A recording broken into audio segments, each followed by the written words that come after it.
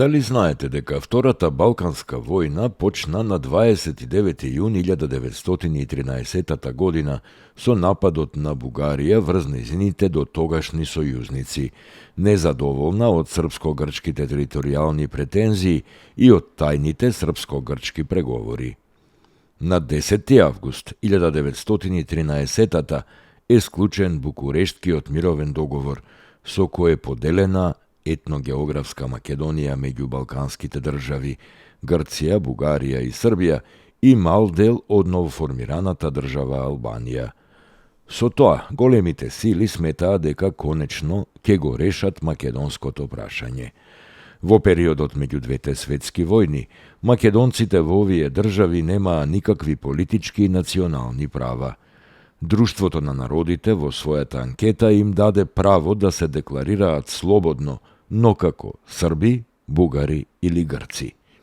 За време на Втората светска војна, застанувајќи масовно на страната на антифашизмот, македонците во така наречената Вардарска Македонија се ослободија со своји сопствени сили и создадоа држава во рамките на новата федеративна Југославија.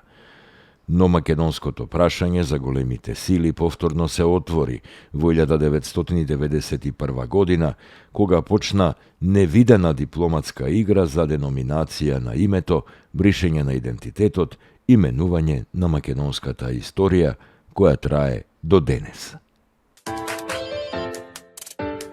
Дали некогаш се слушнале за францускиот поет, новинар, драматург, романописец и социјалистички активист Кловис Иг? Овој човек, не можејќи да ја гледа неправдата која се нанесува кон македонците и македонскиот народ, во 1903 година напиша песна која ја именува «За македонците».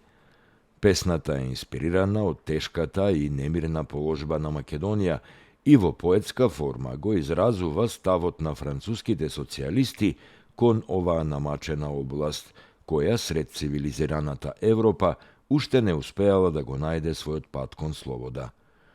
Во првиот дел Кловис Иг ги посветил своите стихови на описот на Македонија, таа убава, но и сурова област во која израснале толку големи луѓе, опеани во делата на многу поети.